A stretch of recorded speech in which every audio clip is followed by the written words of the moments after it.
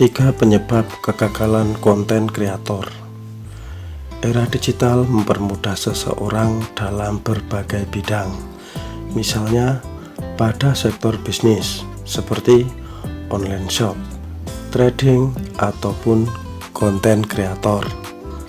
Pada era tahun 2000-an, di mana teknologi dan akses internet saat itu belum dapat dinikmati semua orang.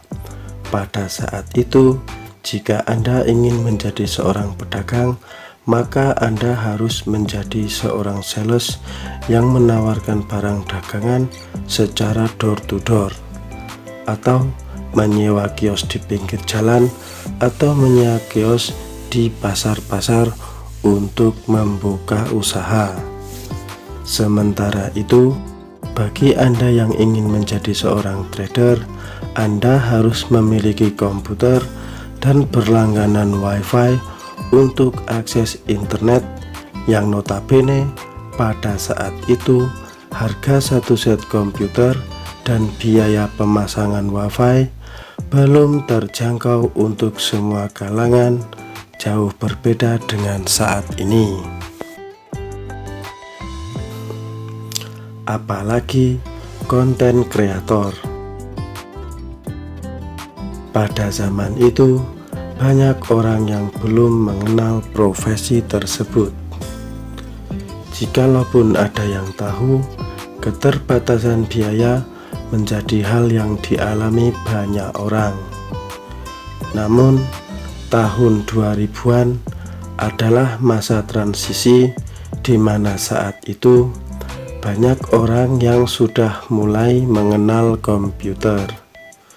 Bahkan di tingkat SMP, di beberapa sekolah sudah diadakan ekstrakurikuler di bidang komputer. Pada era 2000-an di kota-kota besar, bahkan di daerah-daerah pun banyak sekali tersedia warung internet, atau yang lebih kita kenal warnet. Karena usaha ini sangat menjanjikan dengan sedikitnya orang yang memiliki komputer, namun sudah banyak orang yang membutuhkan komputer, apalagi bagi para siswa SMK atau SMA dan para mahasiswa. Kemajuan zaman sejalan dengan perkembangan teknologi.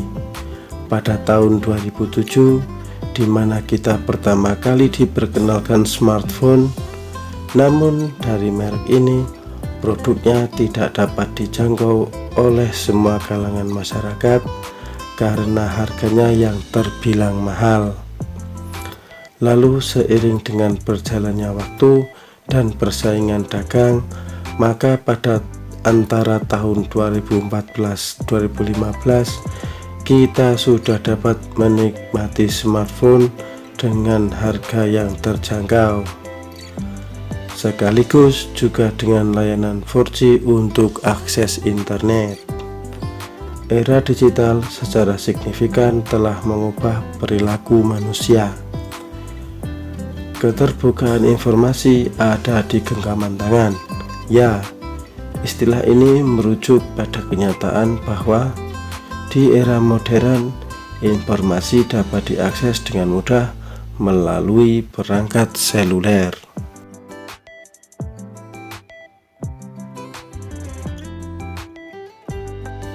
Saat ini Anda bisa berdagang tanpa menyewa kios, apalagi belajar trading.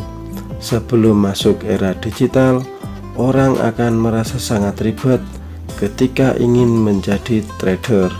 Namun saat ini, Anda juga bisa menjadi trader hanya dengan menggunakan perangkat seluler.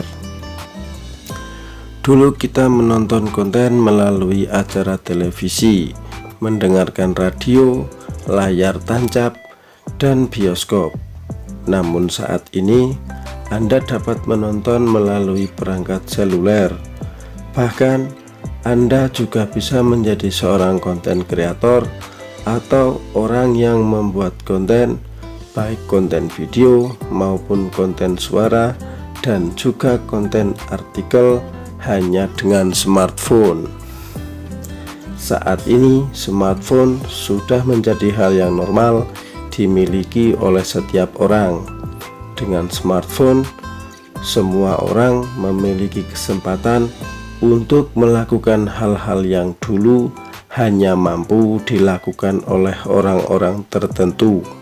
Misalnya membangun usaha, menjadi seorang trader, dan menjadi seorang konten kreator.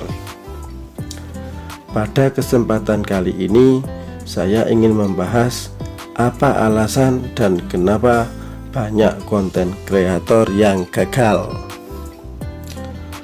Konten kreator adalah profesi yang saat ini sangat diminati oleh banyak orang karena didukung oleh banyaknya platform seperti Instagram, Facebook, TikTok, YouTube, dan lain-lain yang menawarkan monetisasi kepada pengguna dari setiap konten yang ia bagikan ke beranda akun mereka. Menjadi seorang konten kreator tidak hanya mendapatkan penghasilan atau pendapatan dari monetisasi konten, namun ada juga pendapatan lain yang dapat dihasilkan oleh seorang konten kreator, seperti misalnya endorsement, yaitu kerjasama dengan suatu brand untuk menawarkan produk atau jasa, dan banyak lagi yang lainnya.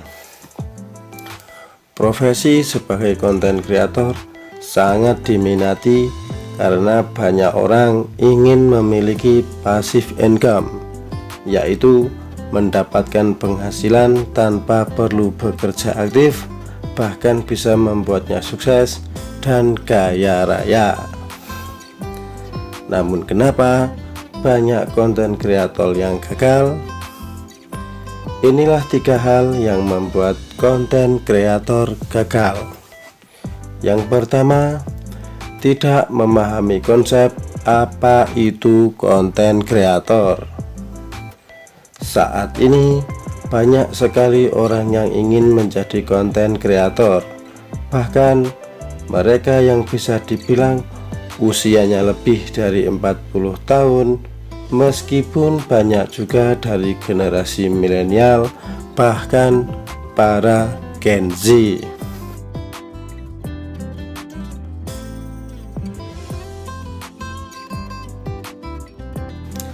Apakah usia mempengaruhi kegagalan seorang konten kreator? Bisa iya, bisa tidak, tergantung orangnya.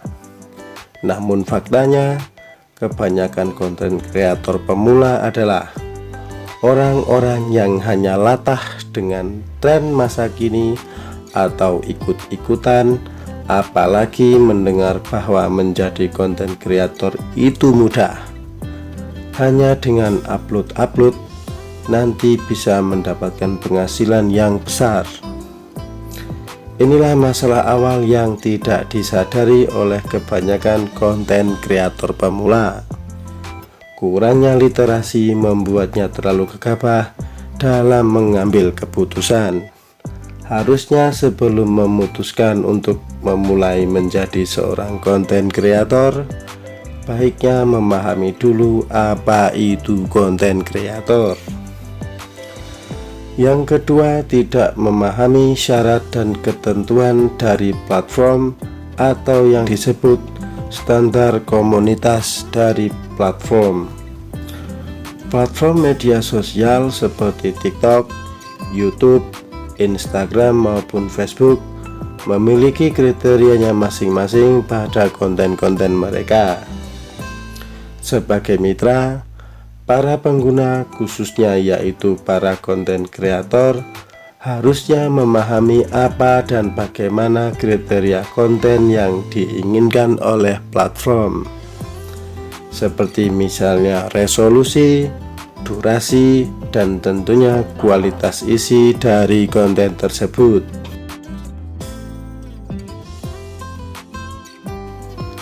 Kebanyakan konten kreator pemula sering salah paham dalam membuat konten, tidak memperhatikan saran dari platform untuk konten-konten yang akan dibuat dan tidak memperhatikan apa yang tidak diperbolehkan dalam konten yang akan dibuat.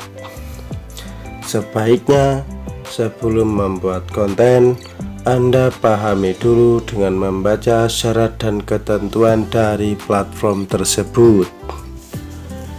Yang ketiga, membuat konten asal-asalan, tidak menentukan niche, dan tidak memiliki target pasar atau target audiens. Para konten kreator pemula seringkali tidak memiliki tujuan yang pasti dalam membuat konten. Akibatnya, konten tidak relevan dengan minat para audiens sehingga tidak memiliki audiens yang loyal. Karena tidak ada benefit dari konten-konten yang dibagikan oleh para kreator pemula.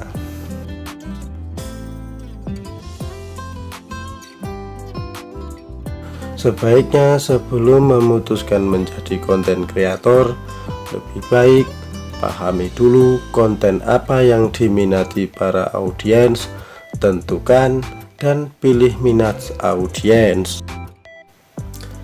Tiga hal tersebut seringkali tidak dipahami oleh para kreator pemula, sehingga ketika konten-konten mereka tidak laku di pasaran dan tidak ada yang menonton, mereka akan mulai down karena akun mereka tidak berkembang. Menjadi seorang kreator artinya Anda juga menjadi seorang analisis. Anda harus tahu apa kebutuhan audiens dan apa keuntungan audiens jika menonton konten-konten yang Anda bagikan.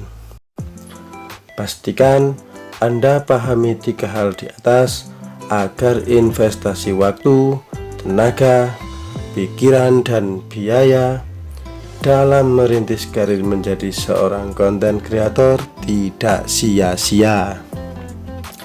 Menjadi seorang kreator, Anda harus kreatif, selalu memiliki ide, dan harus konsisten. Sebaiknya Anda selalu mengupgrade diri dan meningkatkan kualitas diri. Seorang konten kreator harus memiliki wawasan yang luas. Anda harus menguasai ESQ, atau artinya emotional quotient, spiritual quotient,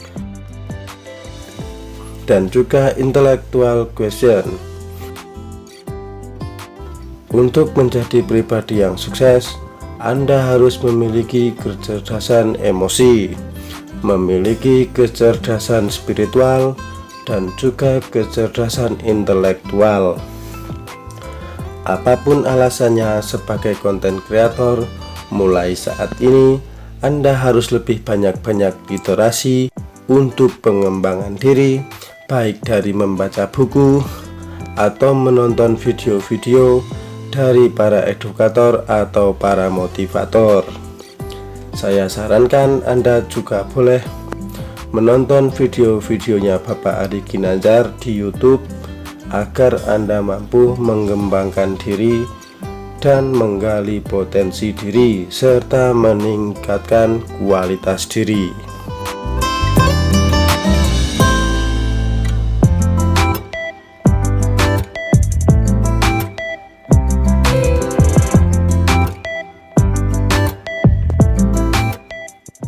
Salam sukses untuk kita bersama. Sampai jumpa di puncak kesuksesan.